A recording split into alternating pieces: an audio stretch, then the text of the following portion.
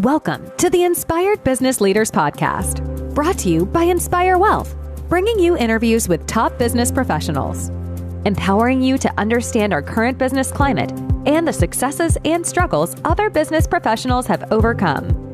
Here's your host, Nick Bour.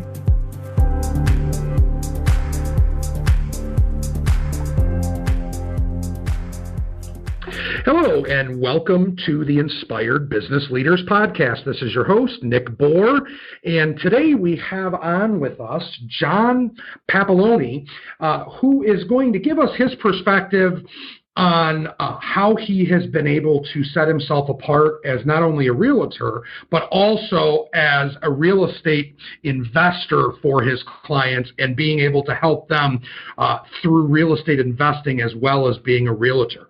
So, John, welcome to the show. Thank you for having me. Hey, no problem.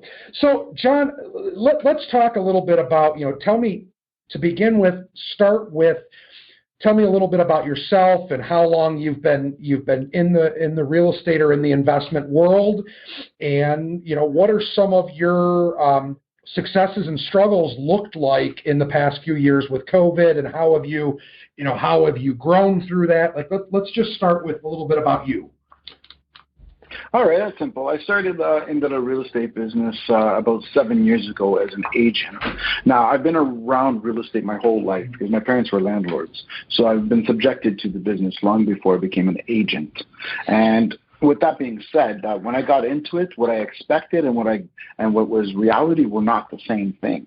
So, I'll give you some of the stats as an example. And the most realtors, we'll take my stats in Ontario. There's 92,500 real estate agents, and we'll take 2020, which was the best year. There's 120,000 transactions. So when you do the math on that, it's only about 1.1 to 1.2 transactions per person. And no one's going to survive off that. So obviously, there's a chunk of people who do zero business, and there's a small portion that do all the business. And that's the 80-20 rule, which everyone's heard of. Yeah. And so I did not expect that when I got into the business. And I'm fortunate that I'm not part of the 80%, but I didn't start off that way. So with that being said, I thought I was going to come in. Everybody I knew was going to going to call me, and I was going to do business with them, and I was just going to fly off the shelves like I've done in the past, right? And then I got into the business, and I got the dose of reality. So with that being said, I found that the more I tried to be everything for everybody, the less I actually did. I ended up niching down, and then you pivot over time. Now, prime example, I niched down to just first-time home buyers as an example, so prior to COVID. So prior to COVID, I was doing first-time home buyers only, and I was doing quite well. I became part of the 15%, which is the 15% of the people making a living, and a decent living. We're not talking about bare minimum, where 5% make the wealth. So with that being said, COVID, with the exception of the fact that I forget the fact of what COVID is and how some people got hurt, but that was one of the best times for me in terms of business, because it didn't seem that way. The first month and a half, it was like crazy crap. Like nobody knew what was going to go on, and it was always that fear, like what's going to happen? Are we going to be shut down? How long is this going on? But once we got a rhythm back and we realized we weren't really shut down for more than that month, then things took off, and I found a different niche that the first-time home buyer thing was pretty good, but it was kind of like choppy in a sense. Now everyone's going after the same thing because parents are trying to get people out of their homes, so it became more diluted. And I found a different niche by accident. It actually, landed in my lap, and I went with it. And where I am today, as an example, I am 70% of my business is agent-to-agent referrals. So I don't even market or target the general public. Other agents who don't service my area send me my business 70% of the time. The other 30% of the time that I seem to have a niche with is investors. And those are my repeat business, and that's what I call my base business. So whether the 70% sends me business or not, the 30% covers my bills regardless. So interesting. Okay. So when you say the 30% is investors, give me perspective. Are you talking residential? Are you talking commercial? Are you talking apartments? Like what is a typical investor looking for? Do you have a specific niche inside of that, or is it just any investor in real estate? Okay, no, I focus on residential only. Okay. And it doesn't necessarily mean single-family homes. Any form of residential. It could be apartment buildings, multifamily, because I'm going to contradict myself here. But it'll be more explanatory. I don't understand commercial. To me, commercial makes no sense whatsoever. So I try not to get involved in things I don't understand. And here's what I mean by it. Now, you take a Starbucks building, and you make it a house, I can come up with the $1.5 million valuation through normal, comparisons and stuff. But now all of a sudden you turn it into a Starbucks and you get cap rates going and other stuff. And like next thing you know, now some that same building is $5 million. And I'm like sitting there going, same square footage, same lot, same everything, makes zero sense to me whatsoever. And I can't grasp it. But for whatever reason, this is the contradictory part. Now, when you take that and you take that into apartment buildings, which is the same concept with cap rates and NOI and all that. And I can understand it in apartment buildings, but I can't understand it in retail. I don't get why my brain works that way, so I just avoid the commercial space other than apartment buildings. It's interesting that you say that because, I see this all the time in my business, being a financial planning firm and been in that industry for 20 years. It's interesting because we don't see, as professionals, enough people saying, you know what, I'm not an expert in that area, or I really don't understand that area, so I'm going to stay away from it. Unfortunately, there's still too many professionals out there trying to be the jack of all trades, master of none. And I think that's a big mistake, and especially in the real estate world, I think that's true. But I also really think that's true in the financial planning or the financial services space. I know, I don't even know, John. I probably know 50 realtors within 20 miles of my office, and I've never had one really say, hey, I just do first-time home buyers, or I just get referrals from other realtors because I don't cover this area, or I don't. Like, it's interesting that you're saying this because, what I want to know more about from your perspective now, so you get referral to referral from other agents is 70% of your business, and 30% of your business is the repeat investors. So let's break that down for a minute. Let's start with, help me understand the other referrals that come in from other agents. What does that look like, and why are you getting those clients versus the other agent keeping them? Well, okay, because usually it's distance-wise. Now, it was especially during COVID when everything was busy before the interest rates started going up.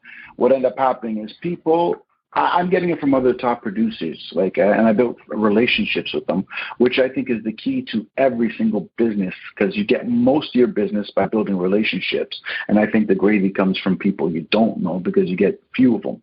Yeah. So with that being said, so I built a lot of relationships out there, and it was intentional, and I built it. It started off with a friend who referred me, and then was very happy with my service. So he started referring other agents. Every time other agents came up and said, I'm looking for someone, just say in the Niagara region, which is going to be on one side of where I live, versus when they live on the other side. So rather than doing that hour-and-a-half drive when they're already busy, as I mentioned, they're top producers, so they don't have the time to drive, because to drive and service one person on the other side of the city, it would take away maybe 3 to 4 hours of the time. And that same 3 to 4 hours, they can service 2 people where they are. So it's sense. Yeah. So they refer it to me, and they get a percentage. They take, I'll just tell you what it is. They take 25% of the sale. Okay. So they get a referral, and I end up doing the work. So that's why I said it landed on my lap, because a friend of mine got stuck, and he says, I don't really know the area anyway, so I don't really want to service that. But since you live in that area, would you mind, showing my client a few homes over there? Absolutely. And then I just built from there. And then And then I thought, you know what, this is natural, it's easy flowing. Why go against the tide? If this one here is building with a natural progression, why not focus more on it? You know what? And again, I know a lot of realtors, and I've never heard anyone else say what you just said. I think that is absolutely really brilliant. I think that you've separated yourself from the eons of realtors that are out there, because the real estate boom and because everyone are trying to, just get a little piece. I mean, I don't know how it is as much in the, in the Toronto area, but like I know in the States, it seems like everyone wanted to get real estate license because they wanted to get paid the commission on their own properties or on their parents or their family. And it got so diluted that the people that actually are knowledgeable and know what they're doing in the real estate market, they had to almost reinvent themselves, or they were going to have to do that much more in marketing. So I give you a lot of credit, as you say, kind of going with the tide and kind of following that. I think that you've carved out a really good niche for yourself in the fact of, hey, look, you can tell a lot of top producing realtors that are at least an hour away from you. Hey, you know what? I'm willing to give you a piece of the commission. I'll do the work. You can trust me, and I'm knowledgeable, and everyone wins. You can work with more clients. You win because they're people that you never would have saw, and you're getting 75% of the commission. And you might get an opportunity to get referrals from them that might not even go back to the original producer. Yes, and that happens too. And in fact, to be honest, I built some friendships with some people where like in a week or so, I'm going to a barbecue with one of the referrals. I sold them the house nearby where I live. It was the biggest sale at that time that I've done. For that time. I mean, I've since done more sales and bigger sales, but that was the first sale that I did that broke the $1 million. And now here we are years later, we're still in contact, and I'm going to their house for a barbecue and swimming in the pool. That's great. Yeah, so you really have built some good relationships. Well, and I think you mentioned this earlier too about getting the referrals from the other realtors. It is all relationships, and it's all building those relationships. And it's obvious that you know how to do that, and you're doing a good job at it because, like you said, years later, you're still you're getting invited to their house for a barbecue. And that's, I don't see that a lot in the real estate world. Obviously, I mean, I do in my world, in the financial planning space, because I think that, you really get, you build not only professional relationships, but also personal relationships because you're talking about their money. And it's interesting because I don't hear a lot of realtors talk like this, and I think that that's a big advantage for you. So I give you a lot of credit in what you've built, and hopefully you continue to have success in that. And Thank you. Yeah, I appreciate it. No problem, John. Let's talk a little bit about the investor side. Let's talk about the repeat business and whether it's, like you said, it's primarily residential, but it doesn't mean you're limited to single family. Could be multifamily, could be duplex, could be apartment. But so let's talk a little bit about that and what that part of your business looks like and how that's changed and evolved over the last few years. All right. So yeah, here's the thing with investors, right? Like now with investors, there's different avenues and different perspectives here. And I personally believe in, look, I would recommend only stuff that I believe in myself, that I would buy myself. Now, for example, if you're an investor, my first piece of advice is do not buy single-family homes. Do not buy anything with one door. There's too much of a risk in one door because, look, I mean, in Ontario, we have rental laws. And with that being said, it's really not for the landlords. So what ends up happening is it's too hard to get people out. When we hit COVID and COVID, closed everybody down, we had our premier, which would be the same as your mayor or something, who turned around and says, if we're closed down, if you can't afford to pay your rent, then don't pay your rent.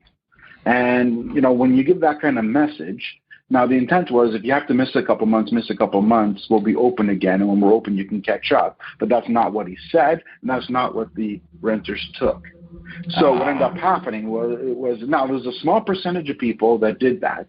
But the point is, if you're that investor that had banked on that rental payment to pay your mortgage, and you go 2 months, as you said, which end up being 6 or 7 months, as we all know, and 7 months of not collecting rent, plus you're paying your own bills on top of that, there's a lot of hardship there.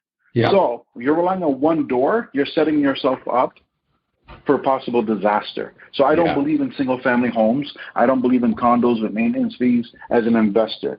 Now, I think that it is different if you're buying a place to live for yourself. Is different than when you're buying a place for an investment. Now to be clear, if you have just say a $200,000 down payment, that's all you have, and you can only get approved for $800,000, and your choices are wait and save more before buying the rental property, go buy your single family home while you're saving, and when you build up the equity, cash out, then upgrade. But if we're talking about most investors when they become investors, they're beyond what I just described. So when that becomes in, now they can afford the triplex, they can afford the fourplex. Because, look, I'll give you an example of a live thing that happened in the last month and a half. There's a sixplex that is about a 20-minute drive from where I live. Now, here's the one thing. A sixplex, our average home here, our single detached family home, was $1.1 million. Now, this sixplex was on the market for $1.65 million. So my point is, as an investor, why would you want one door? You don't. I mean, like if you're buying out of emotion and saying, "Ooh, it's got nice granite counters," and you're not living there, what do you care? You're renting it out. Right. So I recommended that place to an investor. My only downside of that is it was a 4% cap rate, which basically means low income. Right. Yeah. So, but there's opportunity. There's opportunity there because right now, what you could do is buy that sixplex for 1.65. And then what ends up happening is as tenants leave, you start gutting, renovating it. And as they gut it and renovate it, now you can up the price you're collecting, and you can turn that 4% to 6% or 7% by doing that over time. And the benefit is you can earn money before you spend money. So you don't have to do it right away. Yeah, that's great. No, that's very smart, John. I think that's a very smart way to look at it. And you're right. I mean, like based on what you just said, I don't care if you're in Ontario or you're in Michigan where I'm at, or if you're in any other part of the country in the U.S. It doesn't matter if you're looking at a single family average home of, let's just use $1 million for easy math, and you've got the ability to buy a sixplex for even as much as $2 million.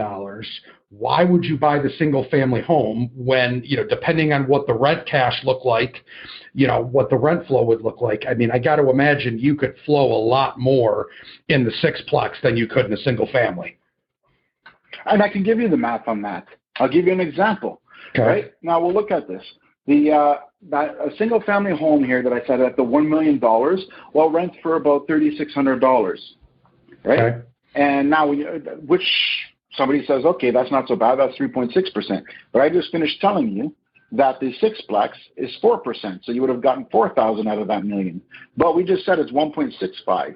So now average rent on that fourplex is about $1,500 a month. Okay. So 1,500 times 6, we're at $9,000. You take out the mortgage, that's about $5,000. Property tax, everything will save about $6,500. You're bringing home $2,500 in cash flow versus the $1 million home. You're bringing about $300. Yeah, what a difference. Yeah, and you know what I mean. Like it's one of those scenarios that even if you couldn't get the approval by yourself and you needed a partner, you get that partner. It's still $1,250 each a month versus $300 a month. Right. And look at it. Even if one tenant doesn't pay, just say it's back when we're closed and they say don't pay your rent. And I already told you that the statistical amount of people that didn't pay was somewhere between 2 to 4%. So even when we say that equates to 1 out of the 6 people, well, I just showed you it's $2,500 rent. The one person could not pay and you're still netting a cash flow. Yes. Yeah. Right. You're still positive. Right, and you're not blackmailed by your one tenant, basically. Right, exactly. No, that makes a lot of sense to me. Is to have them, call it a duplex, call it a multiplex, call it. I know the acronyms are a little different based on where you live, but I know the whole idea is, like you said, have multi units. And I think that Yes. that makes a heck of a lot of sense. So I think, what you're talking to a lot of your clients about, I do think that's a big way on how you can differentiate yourself. And like I said, I already said you've differentiated yourself because you're getting referrals from other realtors. I've gotten referrals from other advisors from the financial aspect over the years, but not many. And usually it's an advisor that doesn't do specific things. So maybe they don't do high-level insurance planning, or maybe they don't do tax planning, and they're going to refer their client to me just to do that. Well, that's a little different from what you're saying. The realtor is actually saying, okay, they're by you. Can you deal with them? And you are the realtor for that client now. And yes, the other realtor is getting a piece of the pie for the commission standpoint. I still think it's a very unique and strategic way to put yourself out there to show that you are a team player and you're truly trying to help people, which is what, in the professional services industry, isn't that what we're all trying to do? Is we're obviously trying to make a living, but we're also trying to help people. Right. Now here, I'm going to tell you something I guarantee is going to blow your mind away. You're not going to believe I would actually say this, but it's the truth. And okay. I think too many realtors out there, and because part of it is the saturation, and people get desperate and then they change their tone when they get desperate. Now, with the saturation and all that, it's very hard to turn down business. Right. And we all say that we're customer, service oriented, like it's customer centric. Everything we do is for the clients. Now, look at that, and it's not. I don't think that's always the truth. And I've seen somebody try to convince me that they bought their Mercedes because they were thinking of their clients. And I'm thinking, a client's there to buy a house, not a car. I don't think they care what car they get into. Right. You know what I mean? But anyways, my point is that people justify whatever they want any way they want to. Now, here's the part that's going to blow your mind away. I've had investor clients that are saying, hey, mortgage rates are up, but home prices are down. Should I be buying or should I be selling? And I said, never sell, stay put. And I would wait it out until about Christmas and then start looking. And they look and go, why? I go, because there's more interest rates coming. And with that, it'll bottom out even more. And I think by Christmas, everything will be leveled off. And I think that's the point you're going to find the best deal. So here they are ready to buy because they have money sitting in the bank. They don't know what to do with. And I'm telling them, don't buy anything. Right? So I can get commissions tomorrow morning. But I'm thinking of them, and I think that there's more room to bottom out. And I think they should wait. Most times I don't tell people to wait because I think it's not a good idea. But in this case, we happen to know that there's going to be another interest. It's like even at worst case scenario, there's one more interest rate increase in September. Even if that's worst case scenario, it's still better than buying today in August because it's still going to drop a couple of points in September. Yeah, no, that makes sense. So, I mean, you're truly a consultant and truly that professional advisor that's giving them that input. Even though you could make a commission by selling or buying a property for them now, you're telling them, look, I would wait, and here's why. So I think that's smart. I think that's putting you again in a different light, and I think that's why you're gonna continue to grow and sustain what your growth has been. Because of that, I think there's a lot of realtors out there, like we've talked about, that it's oversaturated, and they're not experts in some of the areas that you are. But what you're doing and how you're positioning yourself, I think, is very unique. So I give you a heck of a lot of credit. Thank you. Now I got a funny story for you if you have time to hear it. Yeah, sure. I think it's kind of relevant to show you the level of customer service. Now I have an investor client that I deal with regularly, buys about 3 properties a year in, year out. And here's an example of what happened this year. He had bought a new place that's been renovated. Usually buys it already done. So he pays more, but he knows. But this case, he decided to buy a place and completely got everything. So what ended up happening is I sent him paperwork on Friday. Then he calls me up on Tuesday and said, oh, how many people went through the place? I go, 0. I go, you're not even done renovating. He goes, but you sent me paper. I go, yeah, you just bought a new house. You bought a new home. Oh, well, which one did I get? Was it in Thorold or Niagara? I go, Niagara. Was it a good deal? Yeah. He goes, okay, that explains why I had to send a check. So it got to the point that we have such a good working relationship that he doesn't read what he signs. He just signs, just does what I tell him to do. That's interesting. Well, yeah, and that's. I was under the perception. Go ahead. Sorry, I was going to say I was under the perception that he read it, and he says he read it, but then clearly he didn't. Right. No, for sure. No, and I think again, I think you're acting more as a consultant and more as a professional advisor, which is, that's some of the relationships that I've created over the years in my business. Is that, I hope they read it. I tell them, look, read it. This is what it is. But at the end of the day, if they trust you because you've worked together for a period of time, they just sign it.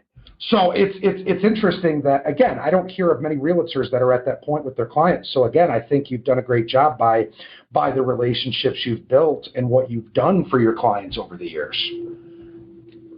Thank you. Yeah, no. So let's kind of wrap up, John. I think that I really enjoyed our conversation, and I really like the fact that you are, when you say you're client or customer service oriented, you truly mean that, and you also have a couple niches that are going to differentiate you in how you work with and how you can help clients. So I think from that perspective, that's great. What's the best way if someone, if one of our listeners hears this, wants to talk to you, wants to get a hold of you, what's the easiest way or the best way to do that, John? Easiest way is you can look me up on social media. My name will show up everywhere. Or you can go to my website at papaloniteam.com. Okay. All right. So lastnameteam.com is the website. Okay. So no, that's great. So papaloniteam.com. Other than that, just want to again thank our listeners for listening, and really enjoyed my time with John Papaloni today and his perspective on real estate and investments within real estate in today's environment. And thanks everyone for their time. Hope to hear from everyone soon. And again, this is the Inspired Business Leaders Podcast, brought to you by Inspire Wealth. And I'm Nick Bour, and I'm your host. Thanks so much, and have a good day. Take care.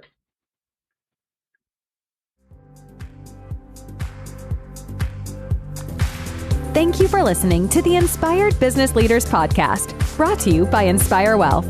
To learn more about the topics mentioned on today's show, or to listen to past episodes, visit www.inspiredbusinessleaderspodcast.com. Thanks again for tuning in, and we'll catch you in the next episode.